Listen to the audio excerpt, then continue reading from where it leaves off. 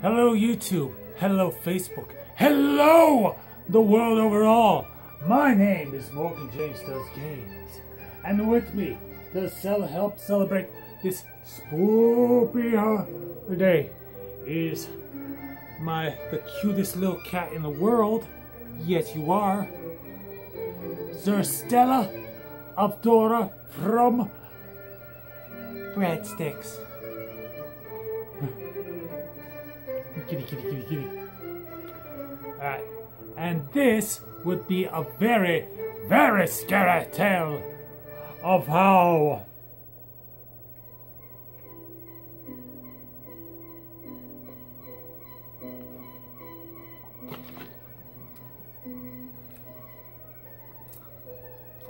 Colossal Keemstar, the right opinion, and YouTuber fought off the hideous mountain troll known only as the Berwick. Now, there are many mysteries surrounding the Berwick. Some are true, some are false. Some claim that the Berwick is a twisted amalgamation of magic so evil and forbidden that they were lost to the sands of time. Others claim that he is merely a misshapen man, deformed by nature and the universe itself as punishment for a sin committed in a previous life long since forgotten. Whatever the case, the Berwick lives on a house 10 stories tall, surrounded by the graves of the deceased for miles around, on a cloudy hilltop. This music is not helping me at all. And one night, on just one night a year, Halloween, just like this night,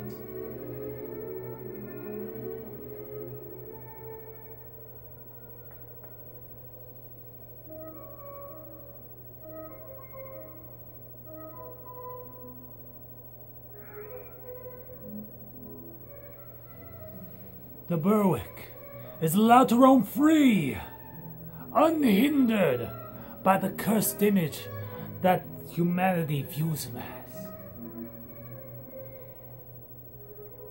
It was on this night that 3 of his friends, Colossal, Oliver, Daniel, and Steve, dressed up as their internet personas. Colossal is crazy, Keemstar. Are you gonna hop up here?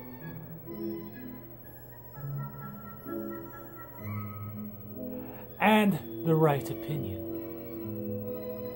They were tasked by the townspeople after a number of mysterious disappearances,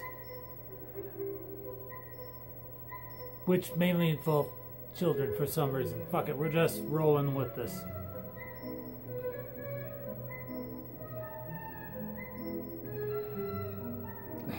After a number of mysterious disappearances, in which the townspeople claimed, that's right, Stella, in which the townspeople claimed that their kids would go out at night, lured by a stranger on the internet, and they would never return, only being replaced with a tweet from the Berwick. Ha ha ha ha ha. I've got you now. It was mysterious, and the only way anyone could ever figure out the Berwick's method of madness was to send 3 of the best known commentators. Colossal, a commentator who runs You are so fucking adorable. Who runs a toy shipping company. Keemstar, a retired DJ turned YouTuber, and the right opinion. A twat with too much free time. Well, boys, I guess it is up to us to find these missing children, isn't it? That is right, Colossal, and I bet that you are the one behind this. What makes you say that? Well, let's look at the facts. The kids are gone, but you're not. That has nothing to do with it. I don't know. I think the facts seem to prefer to point the finger towards one Ricky Berwick. Oh my God! Not Ricky! No, not Ricky at all. I don't suppose we can go to his home and just ask him about the missing kids. I think that would be rather intuitive. I don't know. I think we should just pin the blame on Ricky and go home. That is right, Trauma Alert Nation. We have breaking news regarding the missing kids from the town of Stella Remotia, Transylvania, on this Halloween night.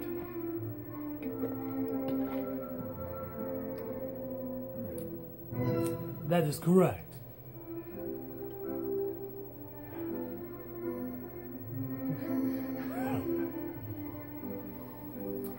So, after a brief discussion, they went to see the mayor. Hello, Mayor, and welcome to the Rescuing Kids podcast. I am Colossal's Crazy. We don't have time for that. You interrupted my intro. You twat. No. I'm the twat. The right opinion applies. What is up, Trauma Alert Nation? Keemstar starts up, but the mayor cuts him off. We have more important things to worry about than your YouTube channel. Our kids are missing. And there's only one mysterious being that the town has shunned for ever since, responsible for this travesty. Oh, and who's that? Colossal inquires. The mayor paces up and down the hallways nervously. I think it might have been the Berwick. The Berwick? You don't say. Well, if you must know, the Berwick is responsible for a number of recent disappearances lately, and none more prolific. What the fuck does prolific mean? I don't know. I'm not the one making the story. That is a very good point. And this man claims to be a published author. What the fuck? So, they go up to the Berwick's house, and it's a rotted old thing. The gates, wrought iron, rusted over from centuries of water damage and cobwebs that are as thick as socks. Well, we're here. I guess we should rattle the chain or something. Colossal suggests. Keemstar decides to interview the gate. Gate, why don't you let us in? The gate doesn't respond. This is a great interview. The right opinion, however, just pushes the gate open. However, did you manage to do that brilliant thing? Well, I don't know. The gate was unlocked, and so I just pushed it open. You didn't need to interview it, Keemstar. That was utterly ridiculous. That is what I do! I know, it's so redundant, isn't it? So, Colossal, Keem, and the right opinion make their way into the Berwick's property. when all of a sudden, not even 10 steps into the property, they hear a strange, cackling wail. Ah ha ha ha ah ha ha ha. Beware the ass cookie. Beware the ass cookie.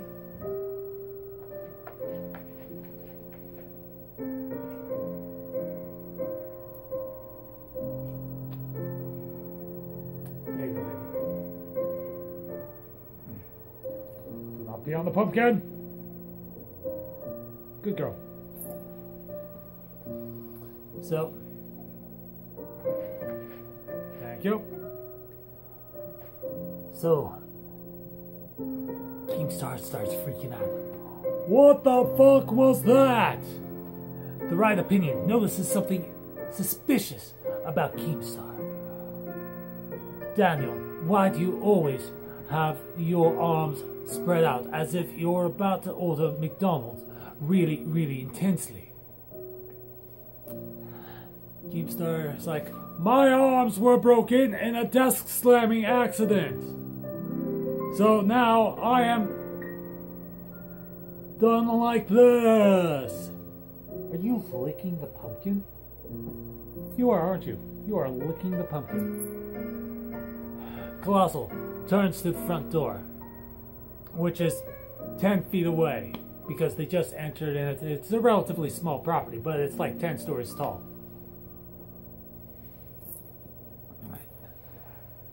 He goes, we should really make our way towards that front door. I agree. That seems like a really plausible idea. You should stay away. Stay away.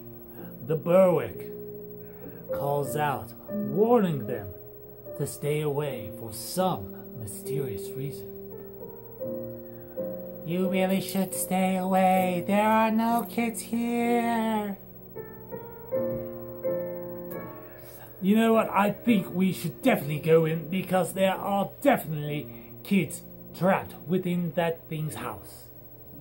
That twisted amalgamation of hatred from the universe, which is an abomination unto existence itself.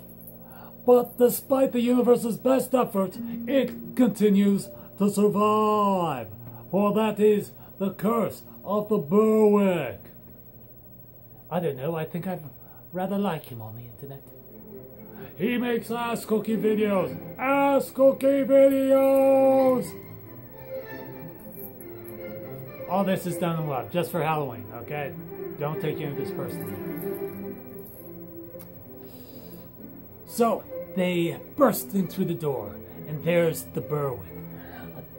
A dark, horrifying amalgamation. A being of nightmares given human form. The darkest presence imaginable. And that dark presence was sitting on a couch. His wire-thin arms and legs crossed over themselves in anticipation for the group's arrival. Why, hello.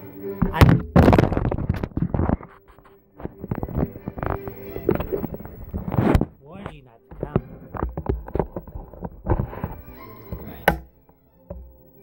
I warned you not to arrive. Why did you not listen to me? The Berwick asks. Because we were sent here from by the mayor of remote Stella, or Stella Remotia. You know what? We're incredibly drunk. Do not pay any attention to us whatsoever. I'll ignore that. Just this once. The Berwick says, his eyes narrowing into slits. When all of a sudden, they hear, help us! Help us! He lured us in here with tweets and talk of baseball. Ignore them. They came here of their own free will. God, I'm really nailing the shit out of this. And all of a sudden, the three jump up faster than the Berwick can crawl.